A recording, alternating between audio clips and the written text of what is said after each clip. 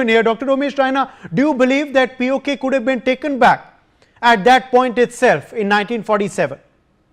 See, your voice is broken. Can you repeat your question, please? Okay, I'll come back to you. I'm just my producers will just check your line, and then I'll come back to you because I want to quickly examine this next big segment as well, which is very important in our conversation today. On October 26th, 1947, the Union government accepted the accession of Jammu and Kashmir to India and agreed to send military help to halt the invasion of the state by Pakistani raiders, as I said earlier. The raiders had captured Baramulla and were getting ready for their final assault on Srinagar, an hour or so away. The 1st Battalion of the Sikh Regiment, as one of our guests mentioned just a short while back, was deployed for internal security duties near Gurgaon. It was selected for the challenging task of spearheading the induction of troops into Kashmir. Lieutenant Colonel Dewan Ranjit Rai, commanding officer of 1 Sikh, was called to the army headquarters and briefed about the task of saving Srinagar.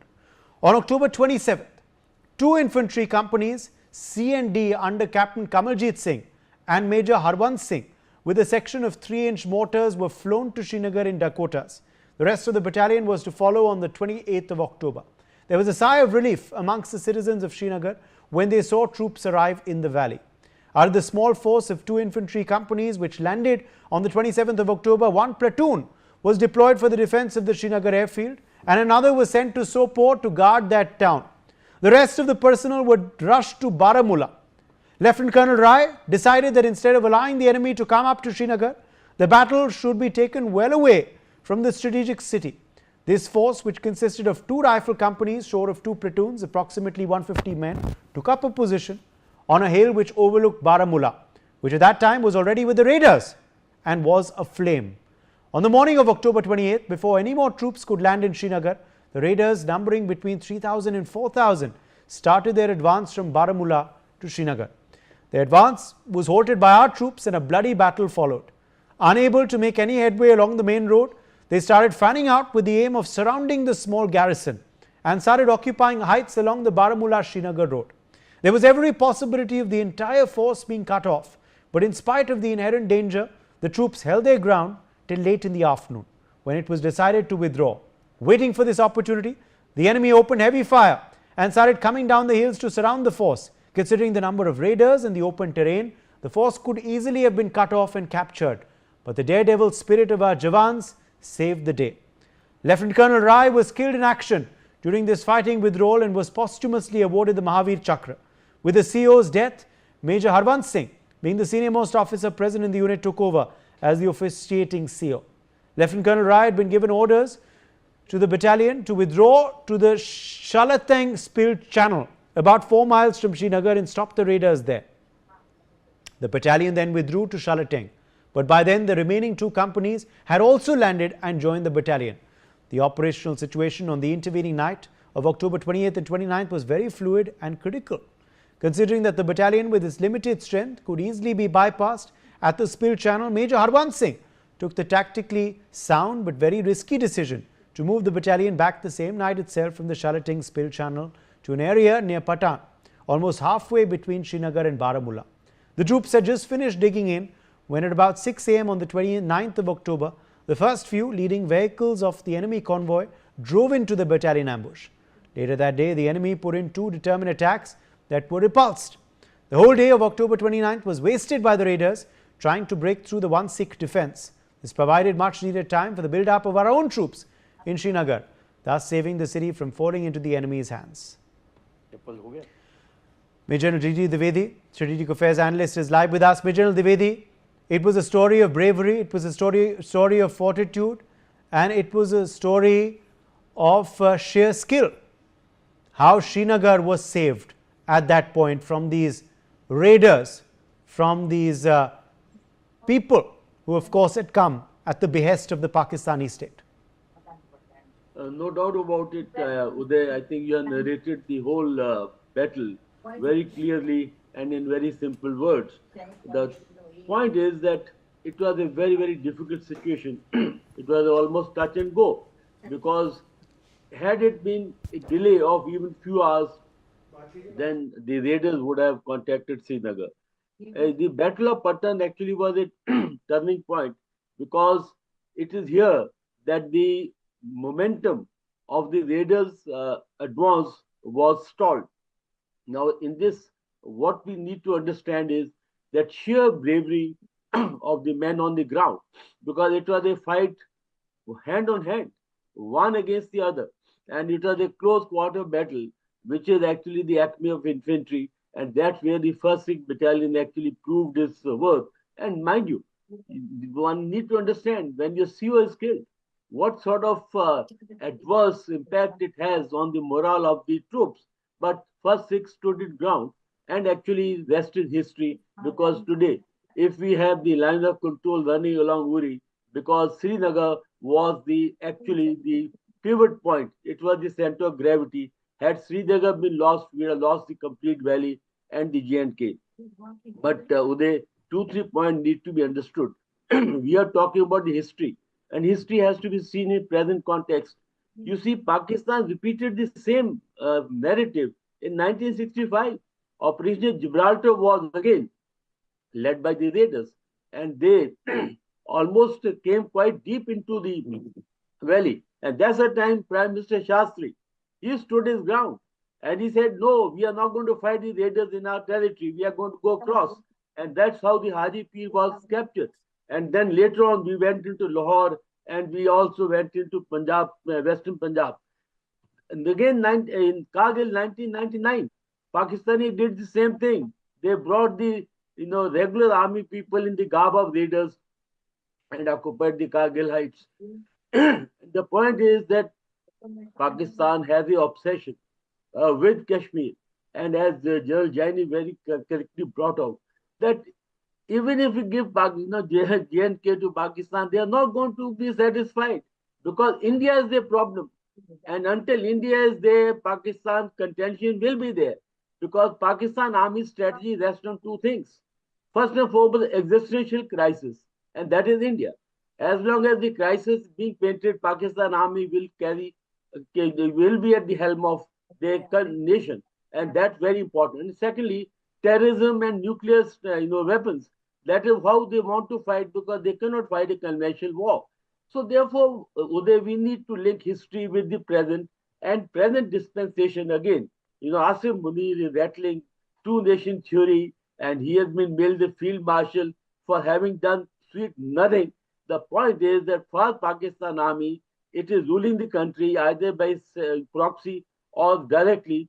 And as long as Pakistan army at the helm, India will remain their issue. India remains their existential crisis, and therefore, not Pelgam is not the end of the game. It is actually one of the dots in the continuous narrative that Pakistan army is trying to paint. But the point is, we need to draw a lesson from history, and lessons are very clear that we need to be proactive. We always be reactive. All through 75 years, we only reactive. Absolutely. It's important to learn. The sequence of events, Major General, AJP Jenny, but it's important to, of course, learn how Srinagar could have fallen if not for these brave troops, if not for the rapid, decisions taken as described by me a short while back. Very true there. As General Dwivedi very rightly said, it was a matter of hours. It was a matter of touch and go. Had the troops not landed on 27th of October, which we today celebrate as the Infantry Day, because that's the day when the first infantry troops of the Sikh Regiment landed at Srinagar. He mentioned about Patan. Patan is just a stone's throw away from Srinagar. Had that Battle of Patan not been won by us, or that onslaught of the raiders had not been stopped at Patan, in couple of hours, it's just 45 minutes away from Srinagar, they would have been there, and had they captured the airfield and the all India the radio station, well, the cows would have gone home, and thereafter you would have required 3 Indian armies to throw those chaps out from there. So it was the bravery of the troops, it was the timely action, it was, I would say, quite proactive. Though the Maharaja, one thing we must not forget Uday, that the Maharaja had been asking for assistance from weeks before. please come and help me, please come and help me. But our government at that time said, no, we cannot do that, we will not do that till you formally accede to the Union of India. And that thing carried on, the dialogue carried on, and Menon went there, and all that Bachit, it only happened as late as in October, late October. And that is when the troops rushed in. Had we not done that today, the history would have been totally different. I mean, instead of Pakistan fighting for Kashmir, it would have been we fighting for Kashmir. And one more thing I would like to add, Uday, for the sake of your viewers, 1971 was another turning point. It was only in 1971, after all, 1965 battle had taken place, 47 had taken place, India-Pakistan wars had taken place. It was in 71 that Pakistan realized that they just cannot win a conventional war. And that is the time when Bhutto said, we'll bring in this issue of 1,000 cuts. 1,000 cuts is equivalent to terrorism, the unconventional warfare, the hitting me from the back, hitting me from an unknown direction. And to support that, he said, we will eat grass, but we will make the bomb. And they made the bomb. And the bomb they held in their hand while their terrorists were doing all sorts of nefarious activities. It was held like a bogey. It was held like a bluff.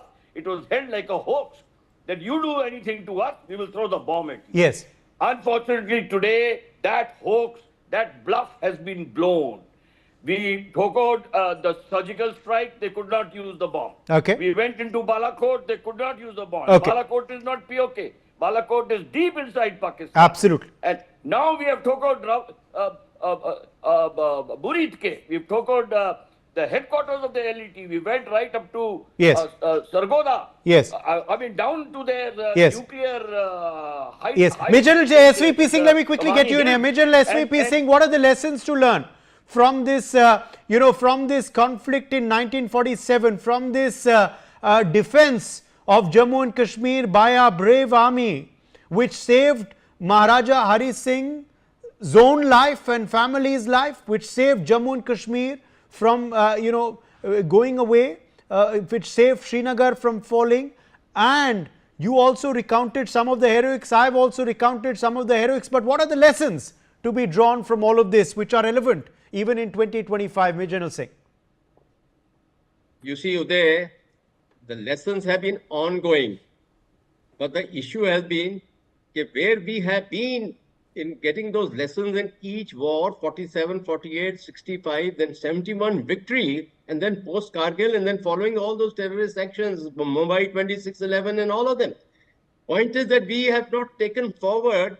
Today, there is a wind of change with the proactive profile, the doctrine which we have adopted. Now, this is a major change. And I think this is the night, 6th, 7th May, is the red letter day in the history of Indian strategic destiny and its life. Because this is where we have implemented that Operation Sindoor. The strategic payoffs may not have been as we had wanted it to be, but I tell you, what has been the biggest strategic payoff has been that India's Atmanirbhar defense has come of age. The world is looking at it. Our BrahMos is today, 17 nations are in the pipeline, have lined up to buy in Latin America, in Southeast Asia. Now that is a big achievement, and that is the biggest lesson is Atmanirbhar defense, be an arms exporter. No nation has become a big power which India aspires to be if it is not a major armament exporter. Now the second lesson is that Pakistan is like a first aid box. India has to carry it, and we got to give them the morphine injection time to time. Now this blasting of their terrorist camps, 9 of them, there were 21 targets, 12 of them are still awaiting them, and I'm sure they'll be addressed because Pakistan is going to raise its ugly head. So the next lesson is we have to be more alert, we have to be more alive. And if we have adopted the doctrine, terrorist act is going to be considered as an act of war, then we must do it. Comprehensive national power of a country is judged by what you do. We always draw examples from Israel. You see, they have not bothered about the world opinion, but then they carry piggyback the American strength. Whatever may be happening outwardly, inwardly, they have got that strength. And so their survival is at stake. So they do what they are doing as fight to finish.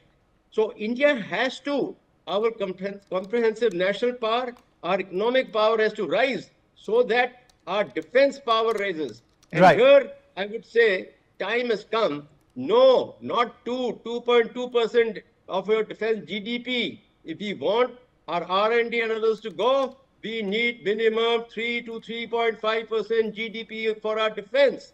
That is where we will rise. Okay. So we have to rise as a military power. Okay.